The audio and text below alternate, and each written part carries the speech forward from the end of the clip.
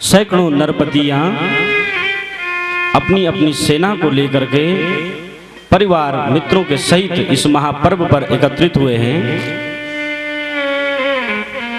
द्रौपदी भी आई, माता कुंती पांडवों के साथ पधारी हैं। मैया यशोदा को जब पता चला, थोड़ा ध्यान से सुनना, मैया को जब पता चला कि मेरा गोविंद आया है, मेरा कन्हैया आया है, मिलने के लिए ढूंढने लगी। अब सबने अपने अपने तंबू बना रखे हैं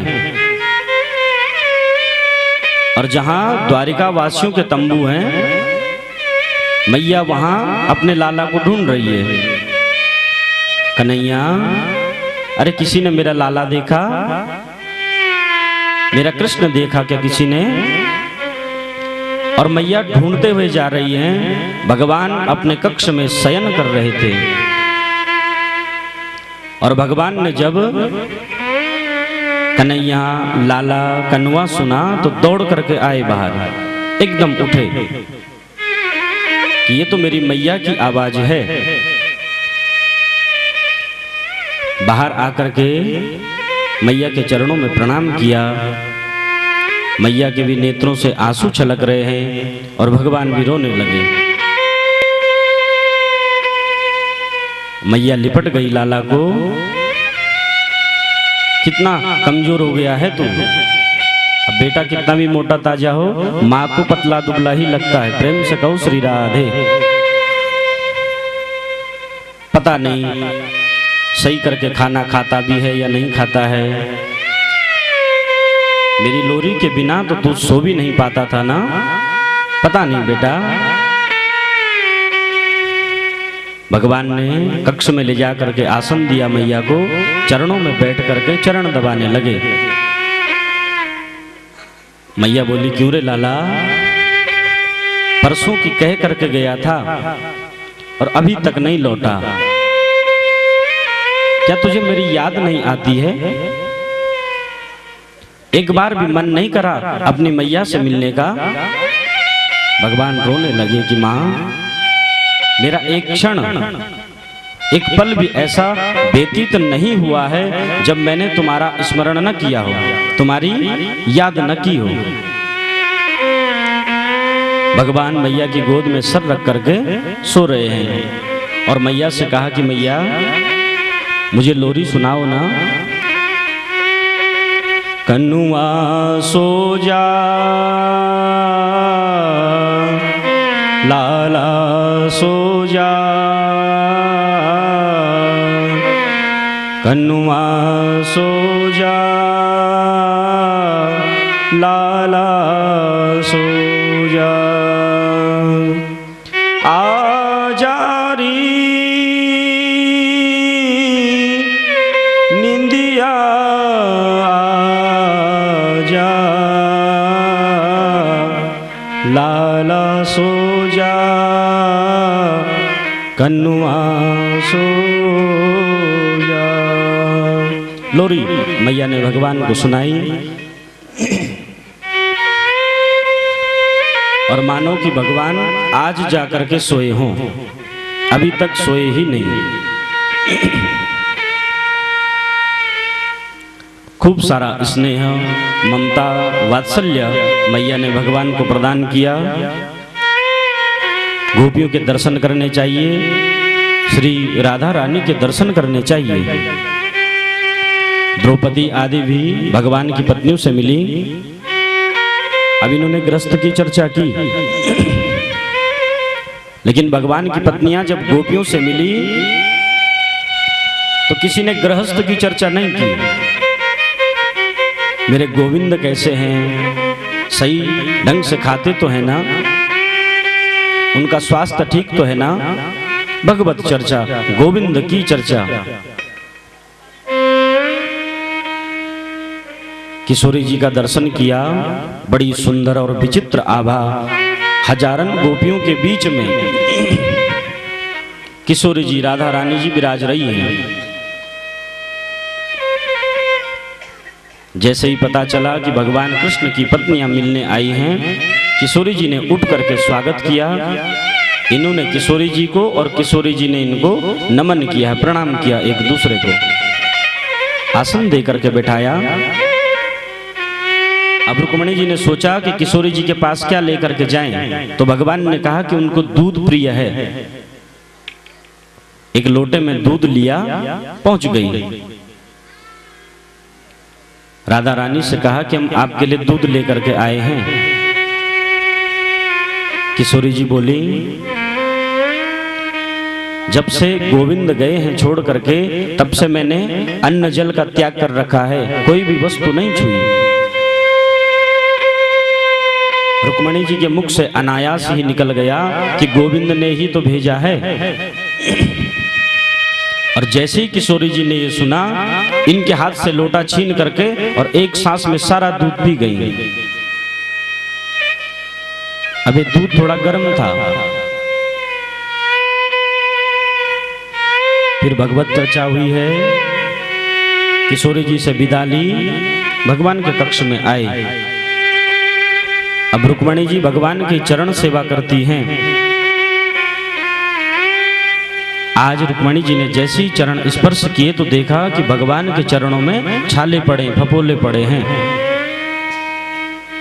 रुक्मिणी जी रोने लगी, बोले प्रभु आप कहीं बाहर गए थे क्या? आपके चरणों में ये छाले, ये फपोले कैसे? तो भगवान मुस्कुरा करके बोले, तुमने किशोरी जी को जो गरम गरम दूध दिया था ना, ये वही दूध है। क्योंकि किशोरी जी के हृदय में मेरे चरणों का वास है, वो अपने हृदय में मेरे चरणों का ध्यान करती हैं। और जब किशोरी जी ने गरम गरम दूध पिया तो मैं भले उनके हृदय को कैसे जलने देता, इसीलिए मैंने वो सारा गरम दूध अपने चरणों में ले लिया। इतना प्रेम, इतना स्नेह। रुक्मिणी जी ने जब ये सुना तो किशोरी जी को कोटि कोटि नमन बंदन किया, प्रणाम किया। वास्तविक प्रेम, त्याग, तपस्या किशोरी जी और गोपियों के जीवन में ही है। और भगवान से कहा कि मैं हजारों जन्म लेने के बाद भी उनके चरण धूलि के समान नहीं हो सकती। लक्ष्मी जी कह रही हैं साक्षात। ये भगवान की दो पत्नियां हैं, श्री सते लक्ष्मी सपत्निया श्रीश चते, श्री च लक्ष्मी सपत्निया, ये दो पत्नियां हैं भगवान की, श्री और लक्ष्मी। तो ये जो श्री है ना, यही राधा जी हैं। प्रेम से कहो श्री राधे, श्री राधे।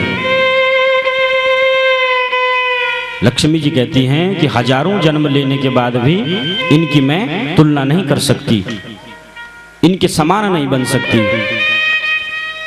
सभी ब्रजवासी, नंद बाबा, ग्वाल बाल भगवान से मिले, भेंट हुई, भगवत चर्चा हुई है। फिर सब ने विदा ली, सब अपने अपने धाम को चले गए।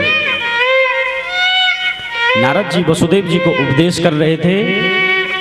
माता देवकी ने जब भगवान के ऐश्वर्यता का दर्शन किया, भगवान के पराक्रम को जाना, भगवान की वैभवता को जाना, तो भगवान से और बलराम जी से, दोनों से प्रार्थना की कि हमने सुना है कि तुमने अपने गुरु के पुत्रों को यमपुरी से ला दिया था। भगवान ने अपने गुरु सांदीपनी मुनि के पुत्र को यमपुरी से ला करके गुरु दक्षिणा के रूप में दे दिया था। तो माता प्रार्थना कर रही है कि तथा मे कुरुते कामम युवाम योगेश्वरेश्वरो भोजराज हतान पुत्रान कामये दृष्टमाहृतान।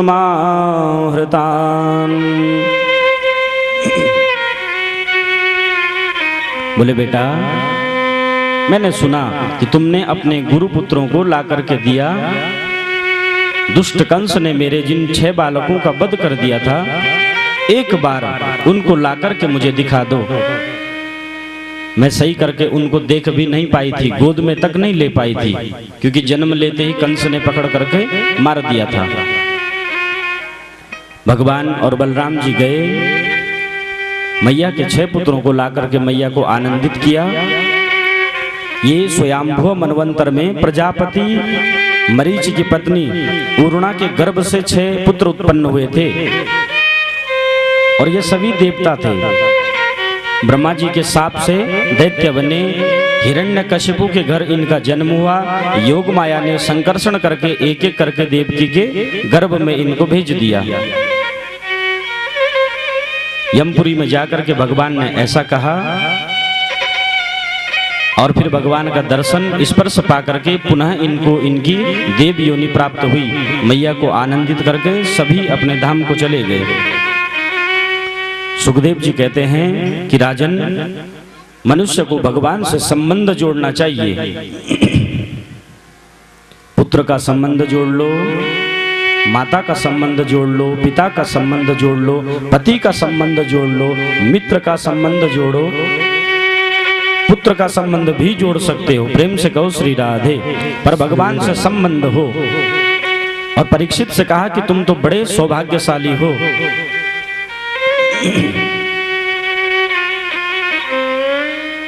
फिर सुभद्रा और अर्जुन के ब्याह की कथा सुखदेव जी ने श्रवण कराई है। बोले भक्त वत्सल भगवान की। एक बार एक बृकासुर नाम का राक्षस था। इसने नारद जी से पूछा कि कौन से देव जल्दी प्रसन्न हो सकते हैं। नारद बाबा ने कहा कि भगवान शंकर ही हैं, आशुतोष। जो शीघ्र प्रसन्न हो जाए उसका नाम है आशुतोष। आशु मतलब होता है शीघ्र, तोष मतलब प्रसन्न होना, तुष्ट होना, संतुष्ट होना।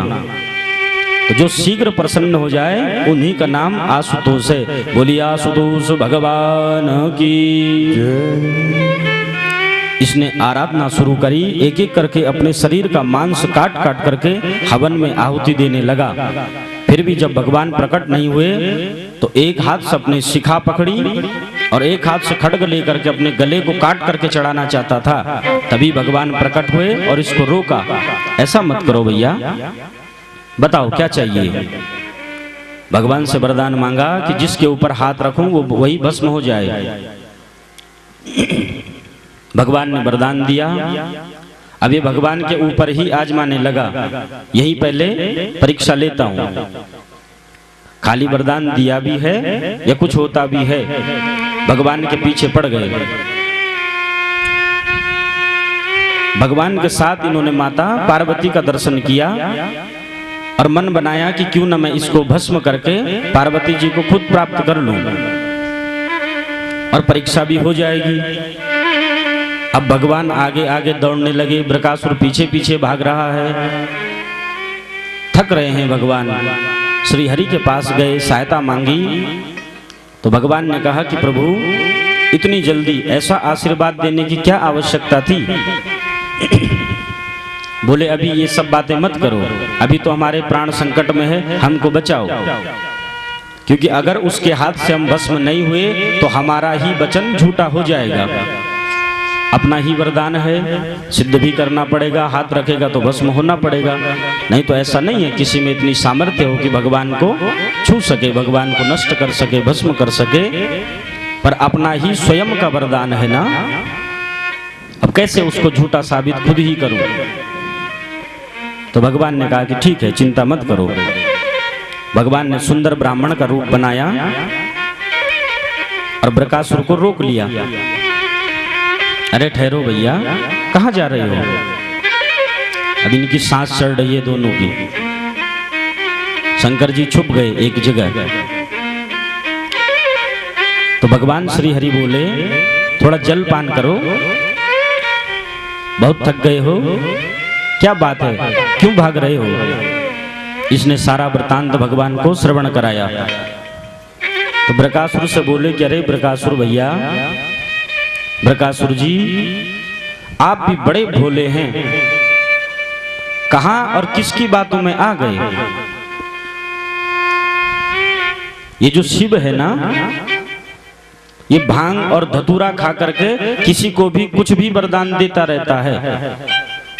ये बाबा तो भांग खाता है, पता ही नहीं चलता कब किसको क्या वरदान देना है।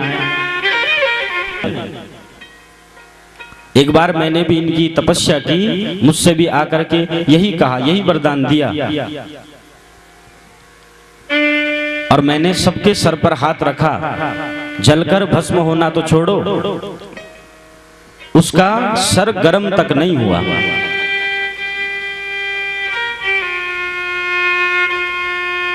अब बृकासुर शांत से सुन रहा है, शांत होकर के श्रवण कर रहा है। बोले अच्छा, हाँ, अगर विश्वास न आता हो तो आजमा करके देख लो, अपने सर पर हाथ रख के देखो, पता चल जाएगा।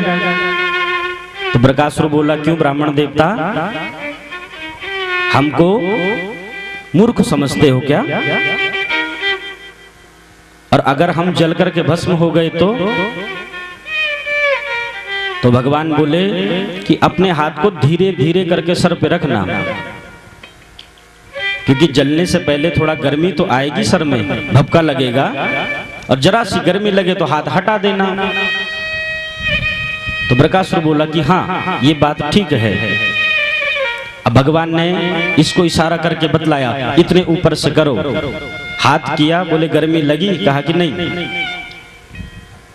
भगवान कहते हैं कि भैया अभी भी मान जाओ, ये बाबा वरदान नहीं देना जानते हैं, बस खाली यूं ही कह देते हैं। भांग पी करके, धतूरा खा करके पड़े रहते हैं, कोई तपस्या करता है, सामने आ जाते हैं और बन जाते हैं भगवान।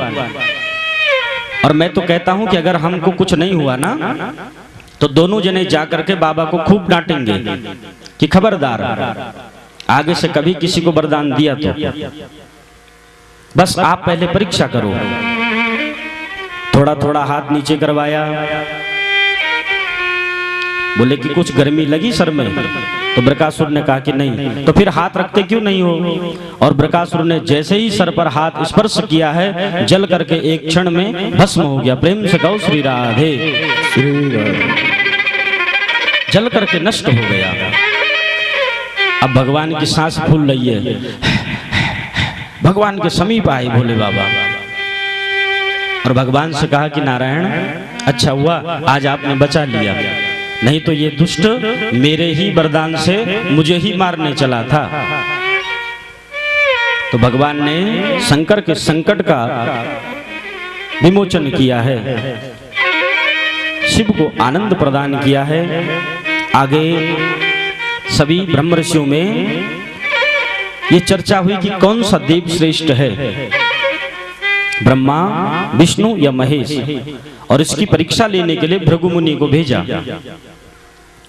भृगु जी शिवलोक में गए, भगवान शिव ने प्रणाम किया, आइए ब्रह्मर्षि, गले लगाना चाहा। तो भृगु मुनि बोले कि दूर रहिए बाबा, शमशान की राख को शरीर पर लगाए हुए रहते हो, नंग धड़ंग रहते हो, ऐसा वेश बना करके रखते हो, दूर रहो हमसे। अब भगवान क्रोधित हो गए, भला बुरा कह दिया। भृगु जी वहां से गए, ब्रह्मलोक को गए, ब्रह्मा जी को नमन बंदन नहीं किया, प्रणाम नहीं किया, तो ब्रह्मा जी भी रुष्ट हो गए। और इसके बाद वैकुंठ में गए, भगवान शयन कर रहे हैं, माता चरण सेवा कर रही है, और भृगु मुनि गए और सीधे भगवान के वक्ष स्थल पर पाद प्रहार कर दिया, सीधे लात मार दी। और जैसे ही लात मारी, भगवान तुरंत खड़े हुए और इनको प्रणाम किया और कहा कि मुनि ऋषिवर, मुझे क्षमा कर दो, आपको देख नहीं पाया, मेरी छाती तो बड़ी कठोर है, और आपके जो चरण है ना, ये बड़े कोमल है, आपके चरणों पर चोट तो नहीं लगी, आपको कष्ट तो नहीं पहुंचा? अब भृगु मुनि ने जब ये बात सुनी तो रोने लगे और चले गए वहां से। सभी ब्रह्मर्षि